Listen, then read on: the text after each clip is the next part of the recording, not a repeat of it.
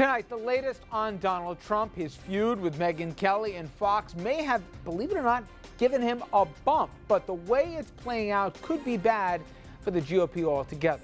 Also, how Legionnaire's disease outbreak has given Andrew Cuomo and Bill de Blasio yet another thing to fight about, and how it shows that they're really not on the same page on, well, just about anything. Then we get into the Planned Parenthood funding battle, and it's turning into a Republican-led plan that could shut down the government. We're going to talk about the story itself here and how this all could play out.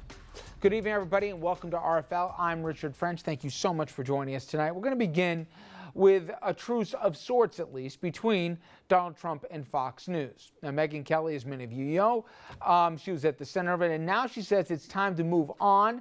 She's refusing to blast back at the Donald, but a lot of people not willing to bite their tongue, or, for that matter, willing to even forgive Fox and Kelly for what they, in their eyes, said was unfair treatment of Trump during the debate. Here's what Trump had to say about it this morning.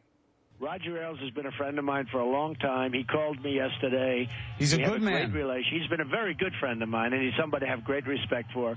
I was very angry with the way I was treated, and I think justifiably. But Roger Ailes, who's an amazing guy and an amazing executive, frankly, he called me yesterday, and as far as I'm concerned, I'm fine with it. And that was on CNN this morning. Now, just to give you an idea what the landscape is saying, conservative talk show host Mark Levin says the questions to Trump, outrageous. New York Post columnist Andrea Pizer says Fox swift-boated Trump. Now, going to war with Fox and its biggest female star hasn't hurt Trump in the polls, at least not yet. Neither did his Mexican rapist comment or his bashing of John McCain's war record. Little do I know here. I thought along the way many times the polls would reflect that this guy's not ready for prime time. In fact, he's maintained a lead that now has grown to double digits overall, and he's also leading in Iowa and New Hampshire, stops 1 and 2 in the primary and caucus schedule. So the GOP's biggest problem might not actually be Trump refusing to take the pledge, promising not to run as a third party. It might actually be conservatives pledging their fealty and allegiance to Trump and against Fox and the GOP establishment. Let's bring in our panel right now. Noam Bramson, Democratic mayor of New Rochelle. He was the 2013 Democratic nominee for the Westchester County Executives race. Dominic Carter, political journalist and author. Jessica Proud, Republican strategist and PR expert with the November team. Okay, I've kept on saying this guy's going to flame out. It's when, not if. Please, he's been exposed as both a lightweight and everything else. He's not only hurting the brand, he's doing whatever. I thought after the debate that he might have been okay, but then he couldn't keep his mouth shut. He mentioned the blood comment with Megyn Kelly, and we don't have to get into that. I thought that was it, and she was the conservative darling. Is it too early yet to look at the polls and see that the people have spoken, or is he an outlier that 20% plus of the Republican Party will identify with no matter what he says? Well, I think, first of all, I'll say I think the questions were very fair and legitimate questions to ask of him. But don't you think, and this is where Dom and I agree on this one, is that while they asked tough questions of the other folks on the panel, they started with, even though if they said about the 10 of you, it was about Donald Trump as to whether or not he pledged. And the preponderance of questions seemed directed at him.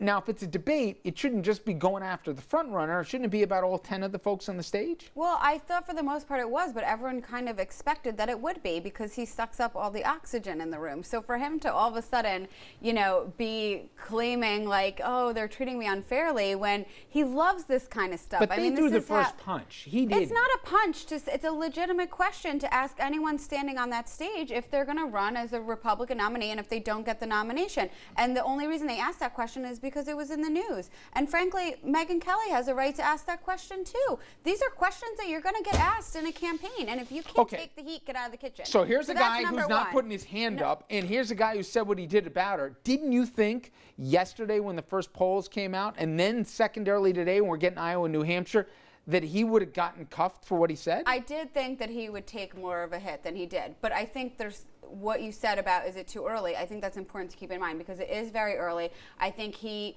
has a very unfiltered voice, clearly. So people are finding that interesting right now. I think he has a ceiling. I think his comments, his continuing crazy comments are cementing that ceiling. You're going to hit a wall eventually. He's creating a narrative for himself.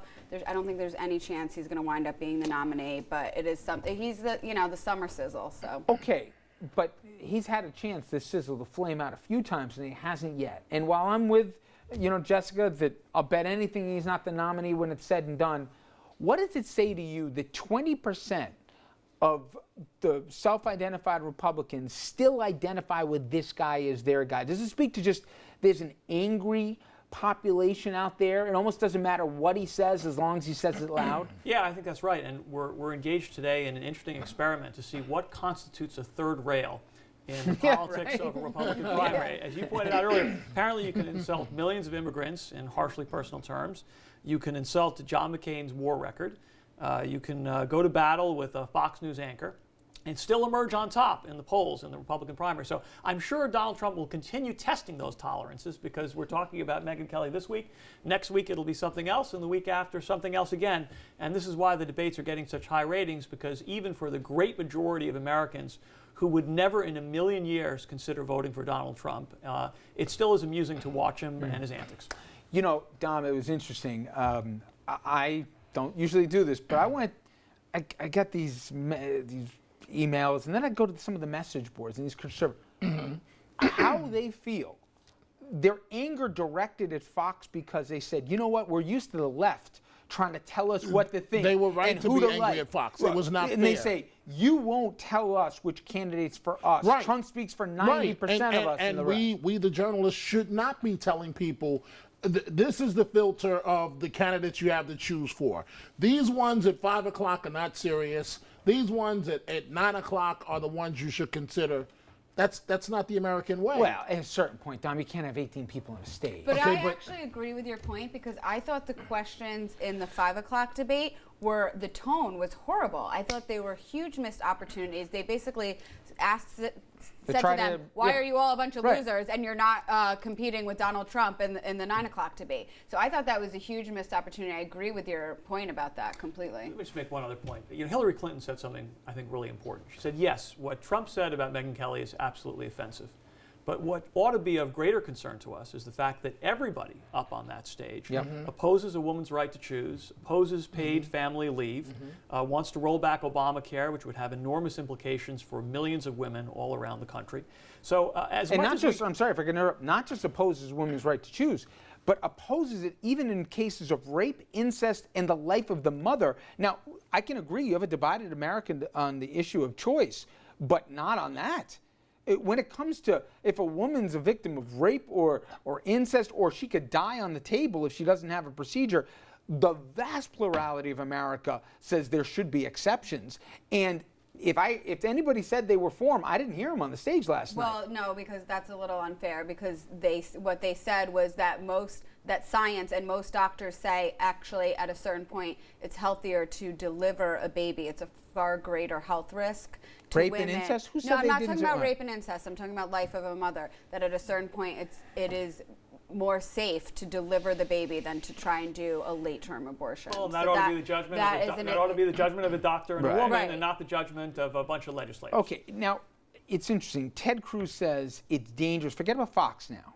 It's dangerous for the GOP to be going after Donald Trump because we're turning off some of our base. Is he more right, or the whole idea of the Koch brothers, of what they were putting the money in, what the GOP tried to do with changing the calendar, was that they were trying to avoid 4 and 8 years ago what happened. Let's get this food fight out of the way earlier so we can concentrate on the Democratic opponent once we settle on our nominee. Is Cruz right that they ought to back off Trump, or is the establishment right that let's clear this guy out here before he creates a distraction that goes halfway into the primary process? Well, two things. I think Ted Cruz is going after the same voter, if you will, as Donald Trump. But I also think, I think it's okay to be a little bit provocative in these debates, because there are 16 candidates and you kind of do need to flush it out a little bit and test people's mettle. So I'm okay with that.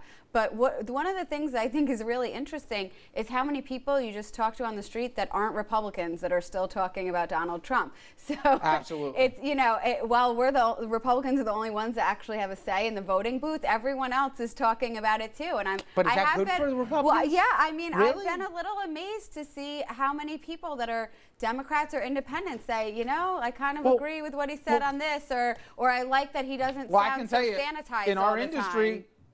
People like reality TV, they like train wreck TV. That was train wreck TV, and it was compelling, but at a certain point, it wasn't presidential. Well, with regard to him, perhaps, but I don't think the whole debate was train wreck TV. I think it actually was a great display of qualified people. Absolutely, yeah. There were a few moments where it got a little odd. Huckabee's talking about pimps. I mean, that was weird. No, but like for the most part, I thought it was actually a pretty substantive debate. 24 million people watched. Absolutely, but my point is, how did it help Republicans in expanding the base? You're getting a big portion of the white vote before you started. But Latinos and women? Like, how did that debate help them? Because you sat up, there were a ton of qualified candidates that sat up there and talked about their records and what they've done. You've had governors on the stage, U.S. senators. I mean, there's a lot of impressive people at that table.